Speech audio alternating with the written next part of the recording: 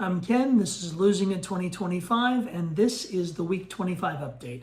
I'm coming to you right after having gotten back from the gym, still wearing my grungies, don't have time to change, really don't have time to record, definitely don't have time to edit, but I don't want to let another day go by before giving you an update and just a quick rundown of how things have been going for me over the last couple of weeks. I didn't really give much of an update last time, and so I wanted to do that now.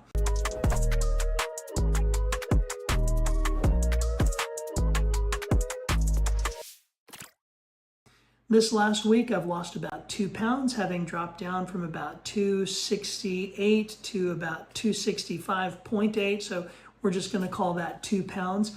But more importantly, since January 1st, 2025 to today, in less than 6 full months, I have lost 70 pounds, down from 335 to 265. Wow, it has been a long and interesting road. I've done it almost exclusively by eating a plant-based diet. Lately, I have added walking to that routine. In the month of June, I've been doing a step challenge, walking 20,000 steps a day, each and every day. Now, to be honest, I did miss one day. One day I only got 15,000 steps, but the next day I paid the price and walked 25,000. It has been a really exciting adventure walking these 20,000 steps each and every day. It's been a challenge. It has stretched me mentally, physically, even emotionally to some extent. And I'm going to be posting a video very soon once I complete that 30-day challenge, talking about all of the things that I learned and experienced as a result of facing that challenge and rising to it. So if you want to know more about what it was like for me to walk 20,000 steps a day, you could probably just go back and watch all the shorts that I've been posting, because I've been posting tons of shorts about it and even a few longer form videos. But I will be giving a full update about the experience and talking about that a lot more extensively once I've completed that 30 days of trying to hit 20,000 steps each and every day. If you have questions that you would like me to answer about what that's like, please leave them in the comments. I would love to have some questions from you to actually answer and to be able to share in that video, which I'll probably post sometime next week. In fact, maybe I'll use that as the topic of my week 26 update. I'm looking forward to that, and I'm looking forward to starting the second half of this journey. I am still eating a whole food plant-based diet for the most part. I have incorporated walking as a regular form of exercise, which I will be continuing throughout the remainder of the year. Walking a lot is going to be the cornerstone of my exercise program moving forward. Now, I have done some resistance training. I will admit that has fallen off this week because walking 20,000 steps a day has taken a lot more time than I anticipated that it would. And I just haven't had the time to do everything else that I have to do and still get in that resistance training. But starting in July, that's coming back, and that's going to become a primary focus, though walking will still be the cornerstone of my weight loss plan. That and, of course, my diet. So what else is going on? Well, we went on a cruise. I actually lost a pound while I was on the cruise. I'm taking part in a challenge on Facebook with some other like-minded folks, trying to encourage one another and push one another to achieve our health goals. That's been exciting. So I've had the opportunity to experience some additional community around these goals, which is wonderful. I just finished a reread, or I should say a re-listen, because I listened to the audiobook of How Not to Diet by Dr. Michael Greger. This is the second time that I've gone through that book, and I was really glad to have gone through it a second time. It reminded me of why I chose a plant-based approach to losing weight. And as I've thought about it, there are a lot of other reasons too. One reason I want to share with you, one of the reasons that I feel that a plant-based approach was best for me, and I'm not saying it's what's best for you, I'm saying one of the reasons it's what was best for me, is going with a plant-based diet required a radical change in the way that I ate, in the way that I prepared food, in the way that I interacted and engaged with food. It took me away from a lot of my old staples and forced me to develop, out of necessity, new staples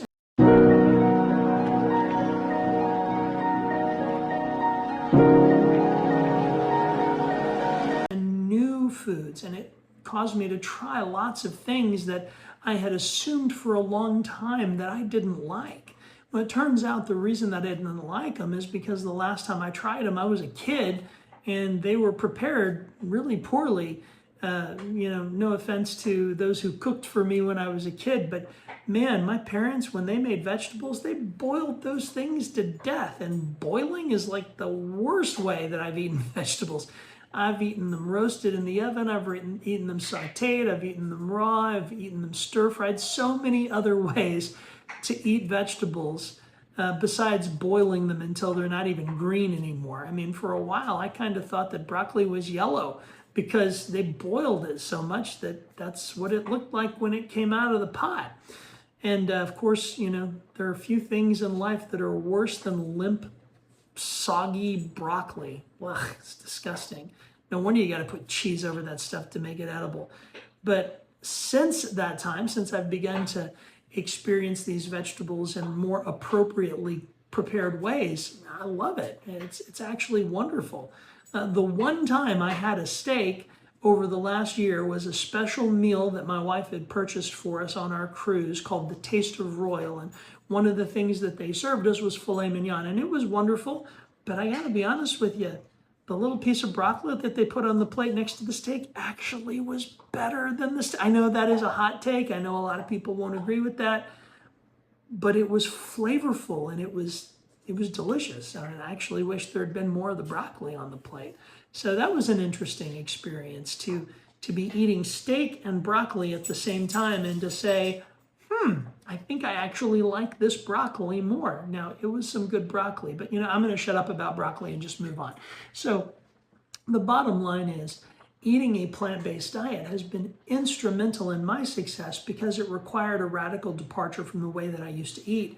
And it forced me to reframe food and my relationship with it. And so I would encourage you, whatever diet plan you're on, whatever diet plan you're pursuing, it's really helpful if you can reframe your relationship with food through the choices that you're making, taking away those old unhealthy staples and replacing them with new healthier staples, whatever that may look like for you and whatever you and your doctor or nutritionist or health coach decide. Again, I'm none of those things. I'm not a doctor. I'm not a nutritionist. I'm not a health coach. What am I?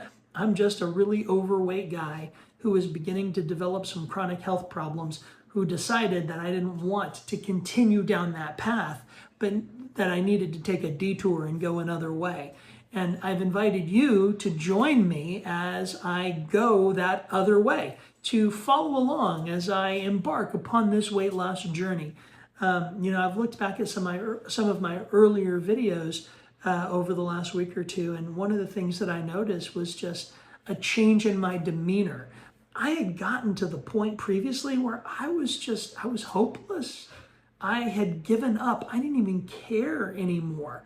I was just eating whatever, whenever, and however much I wanted in order to self-medicate and make me feel better about the state of my health and the way that I felt at that time. And the more I ate, the worse it got. I'd feel better for a moment, but in the end, of course, you pay the price for that. And I was paying the price in hypertension and increased blood glucose levels, type 2 diabetes, fatty liver disease, even the possible onset of stage 1 heart failure. My doctor was talking about all of those things. And my hope is that through this radical change in my lifestyle, I'm hoping to avert or maybe even reverse some of those conditions. And if I look at my fasting blood glucose, it seems to be working. I'm still on some medication for that, but I've got a doctor's appointment that'll be coming up in the near future, and I'm really interested to see what my A1C levels are going to be like when I go back this next time. So once I know, I'll definitely share that information with y'all here to let you know the results. But I have seen some incredible results in regards to reduction in my BMI, increases, very significant increases in my BMR. My visceral fat and my subcutaneous fat are way down. My muscle mass and my skeletal muscle are both up. All of those numbers, as I look at those reports on my Renfo scale, are moving in the direction that I would want them to move in. And if you're interested in knowing how those numbers are trending, let me know in the comments. And if you want that detailed breakdown of my progress, I am happy to provide it, graphics included. I assure you, happy to provide that if you're interested. But I don't want to bore you with a bunch of stuff that you're not interested in. So, yeah, I mean, that's pretty much all I got for now. Things are going great. I am loving life. I am loving the changes that I'm making. I'm loving the way I feel. So that's all I have for now. I will definitely be popping up a few more shorts in the next few days as I round out this 30 days of walking 20,000 steps a day. And if you have any questions about my progress, about my diet, about my walking routine and how that's working out for me, and specifically if you have questions about what it's like to walk 20,000 steps a day for a full month, let me know. Leave your question in the comments. I would love to have the opportunity to answer your questions. So until next time, you have a blessed day.